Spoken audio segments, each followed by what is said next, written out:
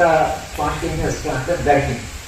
సరే వాళ్ళ విరసం వాళ్ళు ఏంటంటే కాల్పుల విరమణ ప్రకటించండి. సరే ముఖ్యమంత్రి అన్నాడు, వాళ్ళ వైపు నుంచి ఏకైతే వస్తే మా వైపు నుంచి ఏకైతే ఉంటుంది, ఇది సరిపోవాలి. కానీ రాజ్యం మీద విశ్వాసము, ముఖ్యంగా పోలీస్ యంత్రాంగం మీద విశ్వాసము, ఇది నిజంగా కాకుండా కాల్పుల విరమణ అనేటువంటి ముందు ఇతరులు ప్రకటించారు. మీ రాజకీయాలు చెప్పుకున్నట్టు కానీ మా రాజకీయాలు చెప్పుకొనిస్తే మేము ఆయుధం లేకుండా తిరుగుతామని కూడా ఒక మాట్లాడతారు.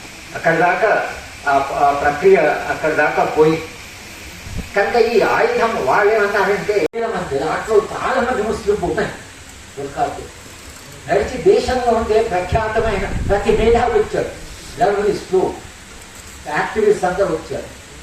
ఆ సభ జరిగిన తర్వాత బస్తర్లో జరిగిన మారణకాండ అక్కడ ఆగదు. ఇది చరిత్ర. రాజ్య స్వభావము అది ఒక్కసారి రాజ్యానికి మీరు నియమాలు కానీ రూల్ ఆఫ్ లా కానీ రాజ్యాంగ ప్రమాణాలు భూమి పంచాయతీ అసలు ఒక వ్యవస్థ ఉంది కదా.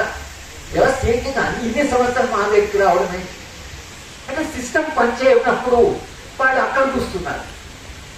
వాళ్ళు ఓకే ఉన్న సమస్య పరిష్కారం అంటే ఇది చాలా ఆశ్చర్యం వేసేది. నేను అప్పుడు రాసమూడు రాశాను, నేను రాజకీయ నాయకులైతే సిగ్గుపడేవాడు. ఒక విప్లవ పార్టీ చర్చల తరఫున వస్తే చిన్న చిన్న సమస్యలు, నా భూమి తర్వాత వాడు భూమి తీసుకున్నాడు, వీడు కొట్లాడినట్టు, వీడు నన్ను చేసిందని, వీళ్ళని ఈ సమస్యలు అన్ని చిన్న చిన్న సమస్యలు ఒక విప్లవ పార్టీ జరిగిపోయినట్టు వ్యవస్థ పనిచేయలేదు అన్నాడు.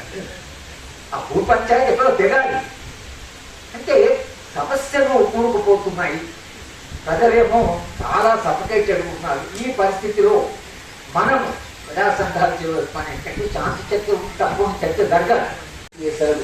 తర్వాత కాల్పుల విరమణ ప్రకటించారు. కాల్పుల విరమణ తర్వాత రెండు ప్రభుత్వానికి మామూలు పట్టు కొంత పార్టీతో మాట్లాడాలి, పార్టీతో చర్చించాలి మాట అన్నారు.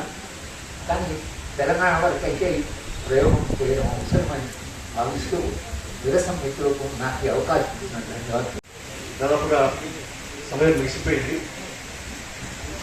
ఒకటి రెండు విషయాలు మాత్రమే. మొత్తం సమాజంలో అన్ని రకాల సమస్యలకు పరిష్కారాలు ఏమై ఉంటాయి, అన్ని రకాల హింసలకు పరిష్కారాలు ఉంటాయి, అన్ని రకాల శత్రుపూరిత వైరుధ్యాలకు పరిష్కారాలు ఏమై ఉంటాయి అని సమాజం విస్తృత స్థాయిలో జరుగుతుంది. చాలా మీనింగ్ఫుల్గా పడుతుంది.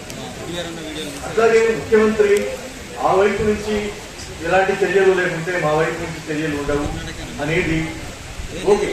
నిజానికి ప్రతిపాదన వచ్చినప్పటి నుంచి తెలంగాణ ప్రాంతంలో అయితే ప్రాణ నష్టం జరగదు. అయితే ఇంకొక వాస్తవం ఉంది.